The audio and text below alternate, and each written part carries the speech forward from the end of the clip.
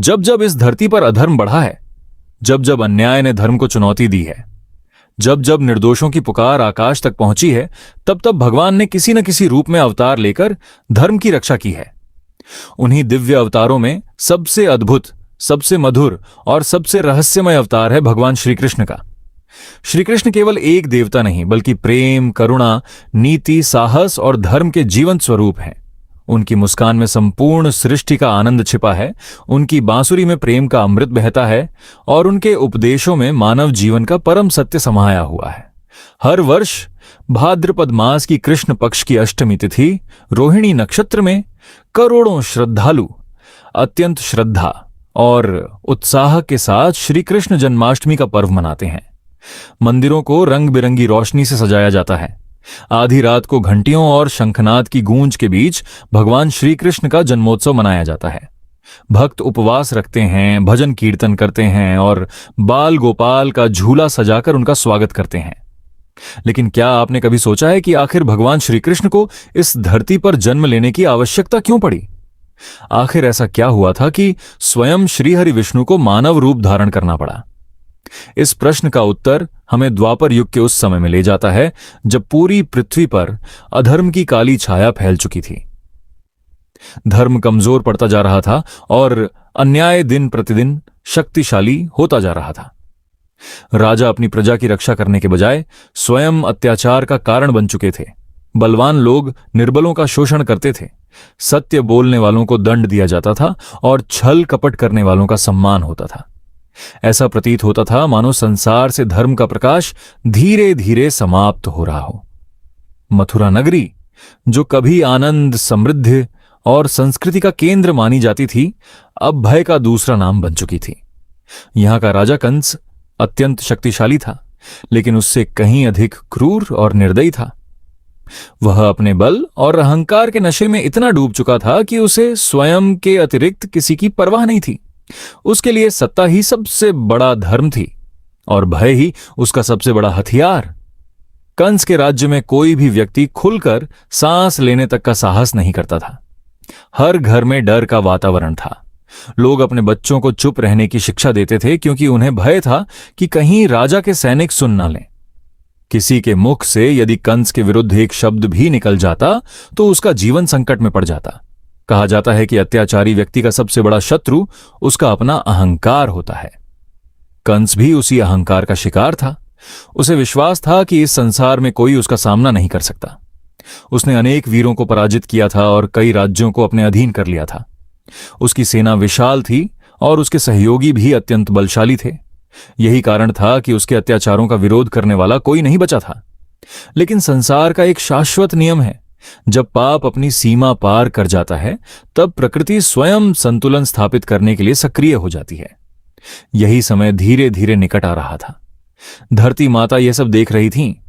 हर दिन निर्दोषों का रक्त बहता, हर दिन किसी मां की गोद सूनी होती, हर दिन किसी वृद्ध की आशाएं टूटती और हर दिन धर्म का अपमान होता।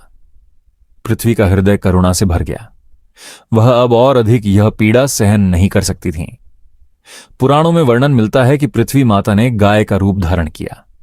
उनकी आंखों से आंसुओं की धारा बह रही थी। उनका शरीर धूप से कांप रहा था।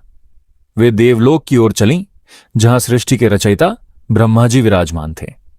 जब ब्रह्मा जी ने उस करुणामयी गाय को देखा तो वे तुरंत समझ गए कि यह कोई साधारण गाय नहीं बल्कि स्वयं पृथ्वी माता है। उन्होंने प्रेमपूर्वक पूछा, हे धरती माता, आपको किस बात का दुख है? आपके नेत्रों में यह वेदना क्यों है? पृथ्वी माता की वाणी कांप रही थी। उन्होंने कहा, हे प्रजापति, मैं अधर्म का भार अब और अधिक नहीं सह सकती। मेरे ऊपर रहने वाले जीव भय और अत्याचार से पीड़ित हैं। निर्दोषों की रक्षा करने वाला कोई नहीं है। कंस जैसे दुष्ट राजा अपने अहंकार में धर्म का नाश कर रहे हैं। यदि शीघ्र ही कोई उपाय नहीं किया गया तो संसार से सत्य और न्याय का अस्तित्व समाप्त हो जाएगा। पृथ्वी माता की वेदना सुनकर ब्रह्मा जी गंभीर हो गए। उन्होंने अनुभव किया कि अब यह केवल पृथ्वी का संकट नहीं बल्कि संपूर्ण सृष्टि का संकट है। उन्होंने सभी देवताओं को एकत्र होने का संदेश भेजा। शीघ्र ही इंद्र, वरुण, अग्नि, वायु, सूर्य, चंद्र और अनेक देवता वहां उपस्थित हो गए। सभी के मुख पर चिंता स्पष्ट दिखाई दे रही थी। ब्रह्मा जी ने पृथ्वी माता की पीड़ा सबके सामने रखी। देवताओं ने भी स्वीकार किया कि अधर्म का प्रभाव निरंतर बढ़ता जा रहा है। उन्होंने निर्णय लिया कि अब केवल एक ही शक्ति इस संकट का अंत कर सकती है, स्वयं भगवान विष्णु। सभी देवता मिलकर क्षीर सागर की ओर प्रस्थान करने लगे। वहां अनंत शेषनाग की शैया पर योग निद्रा में भगवान विष्णु विराजमान थे। चारों ओर दिव्य प्रकाश फैला हुआ था। माता लक्ष्मी उनके चरणों की सेवा कर रही थीं। देवताओं ने अत्यंत विनम्रता के साथ भगवान की स्तुति प्रारंभ की। उनकी प्रार्थना में केवल शब्द नहीं थे, बल्कि संपूर्ण सृष्टि की पीड़ा समाई हुई थी। देवताओं ने हाथ जोड़कर विनती की, हे पालनहार, केवल आप ही इस संसार को कंस जैसे अत्याचारियों से मुक्त करा सकते हैं। कृपा करके अवतार लेकर धर्म की रक्षा कीजिए। भगवान विष्णु ने शांत स्वर में उत्तर दिया, चिंता मत करो, समय आ गया है। मैं स्वयं मनुष्य रूप में पृथ्वी पर अवतरित होऊंगा। यदुवंश में मेरा जन्म होगा। मैं अधर्म का अंत करूंगा, धर्म की स्थापना करूंगा और अपने भक्तों की रक्षा करूंगा। भगवान के इन वचनों को सुनते ही देवताओं के चेहरों पर आशा की किरण लौट आई। पृथ्वी माता की आंखों से अब दुख के नहीं, बल्कि विश्वास के आंसू बह रहे थे। उन्हें विश्वास हो गया था कि अब संसार को उसका रक्षक मिलने वाला है। लेकिन किसी ने यह कल्पना भी नहीं की थी कि इस दिव्य अवतार की शुरुआत एक ऐसे घटनाक्रम से होगी जो इतिहास की सबसे मार्मिक और रोमांचक कथाओं में से एक बन जाएगा। एक विवाह, एक भविष्यवाणी और एक ऐसा अत्याचारी राजा जिसका भय पूरे आर्यावर्त में फैलने वाला था। यहीं से प्रारंभ होती है उस दिव्य कथा का अगला अध्याय, जहां नियति स्वयं इतिहास लिखने। क्षीर सागर से लौटते समय सभी देवताओं के हृदय में एक नई आशा का संचार हो चुका था। उन्हें विश्वास था कि अब अधर्म का अंत निश्चित है। भगवान विष्णु स्वयं पृथ्वी पर अवतार लेने वाले थे, लेकिन दूसरी ओर पृथ्वी पर किसी को भी इस दिव्य योजना का आभास नहीं था। समय अपनी गति से आगे बढ़ रहा था और नियति धीरे धीरे उस महान घटना की ओर संसार को ले जा रही थी, जिसे आने वाले युगों तक स्मरण किया जाना था। मथुरा नगरी उस समय यदुवंश की राजधानी थी। यह नगर अपनी समृद्ध संस्कृति और वैभव के लिए प्रसिद्ध था। चारों ओर ऊंचे महल, विशाल द्वार, सुंदर उपवन और व्यस्त बाजार थे। यमुना का निर्मल जल नगर की शोभा को और भी बढ़ा देता था। लेकिन इस बाहरी वैभव के पीछे एक ऐसा भय छिपा था जिसे हर नागरिक अपने हृदय में लिए जी रहा था। मथुरा के राजा उग्रसेन न्यायप्रिय और दयालु थे, किंतु उनका पुत्र कंस स्वभाव से बिल्कुल विपरीत था। बचपन से ही उसमें अपार बल था। वह युद्ध कला में निपुण था और किसी भी योद्धा को परास्त कर सकता था। परंतु शक्ति के साथ यदि विनम्रता न हो तो वही शक्ति विनाश का कारण बन जाती है। कंस के साथ भी यही हुआ। धीरे धीरे उसका अहंकार इतना बढ़ गया कि उसने अपने ही पिता उग्रसेन को बंदी बनाकर सिंहासन पर अधिकार कर लिया। जिसने उसे जन्म दिया, उसी पिता का अपमान करने में उसे तनिक भी संकोच नहीं हुआ। इसके बाद उसने पूरे राज्य में अपना कठोर शासन लागू कर दिया। उसके आदेश ही कानून थे और उसके क्रोध से पूरा राज्य कांपता था। इसी समय मथुरा में एक शुभ अवसर आया। राजा देवक की पुत्री देवकी का विवाह यदुवंशी वीर वसुदेव के साथ निश्चित हुआ। देवकी अत्यंत सुंदर, विनम्र और धर्मपरायण थीं। वसुदेव सत्यवादी, बुद्धिमान और महान योद्धा थे। यह विवाह केवल दो व्यक्तियों का नहीं, बल्कि दो महान कुलों का मिलन था। पूरा मथुरा नगर उत्सव में डूब गया। गलियां फूलों से सजाई गईं, मंदिरों में दीप जलाए गए।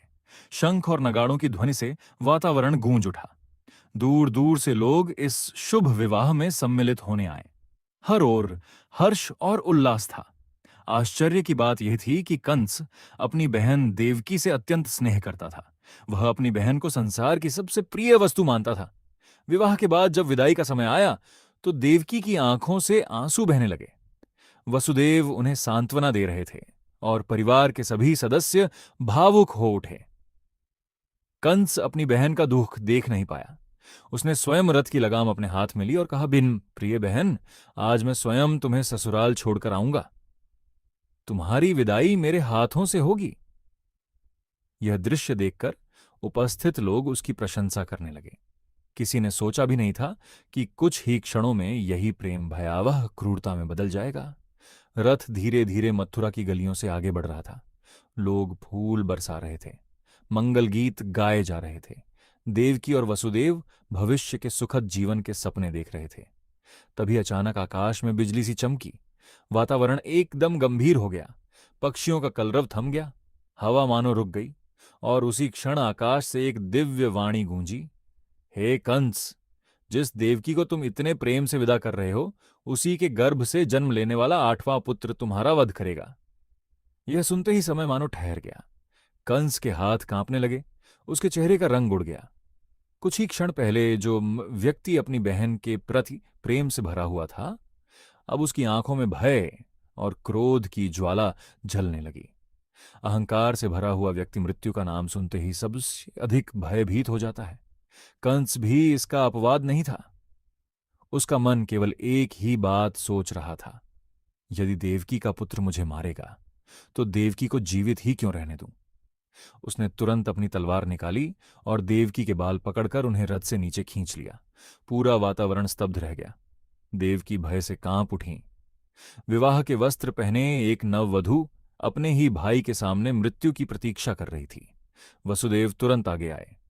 उन्होंने हाथ जोड़कर शांत स्वर में कहा, राजन, यह आपकी छोटी बहन है। आज ही इसका विवाह हुआ है। इसे मारना आपके कुल की मर्यादा के विरुद्ध होगा। लेकिन भय से अंधा हो चुका कंस किसी की बात सुनने को तैयार नहीं था। वसुदेव ने फिर कहा, आकाशवाणी में देवकी की नहीं, उसके 8वें पुत्र की बात कही गई है। यदि आपको भय उसी पुत्र से है, तो मैं वचन देता हूं कि देवकी की प्रत्येक संतान जन्म लेते ही मैं स्वयं आपके हाथों में सौंप दूंगा। वसुदेव सत्य के प्रतीक थे। उनके वचन पर पूरे आर्यावर्त को विश्वास था। कुछ क्षणों तक कंस सोचता रहा। अंततः उसने तलवार नीचे कर ली, लेकिन उसका हृदय अब संदेह और भय से भर चुका था। उसने कहा, ठीक है वसुदेव, मैं अभी देवकी को जीवित छोड़ देता हूं, लेकिन याद रखना, यदि तुमने अपना वचन तोड़ा तो पूरे यदुवंश का विनाश कर दूंगा। देवकी की जान तो बच गई, परंतु उनका जीवन अब पहले जैसा नहीं रहने वाला था। कंस ने दोनों को महल नहीं जाने दिया। उसने आदेश दिया कि देवकी और वसुदेव को कारागार में डाल दिया जाए। लोहे की मोटी जंजीरें, ऊंची पत्थर की दीवारें, भारी लोहे के द्वार और चारों ओर पहरा देते सैनिक, यही अब उनका नया संसार था।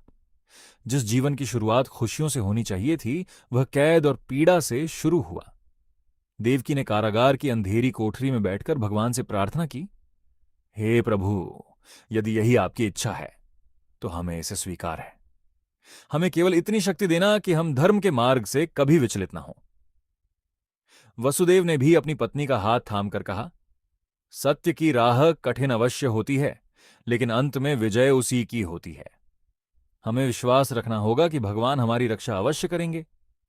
उधर कंस ने अपने गुप्तचरों और सैनिकों को आदेश दिया कि कारागार की 24 घंटे निगरानी की जाए। उसे हर पल यही भय सताने लगा कि कहीं भविष्यवाणी सच न हो जाए।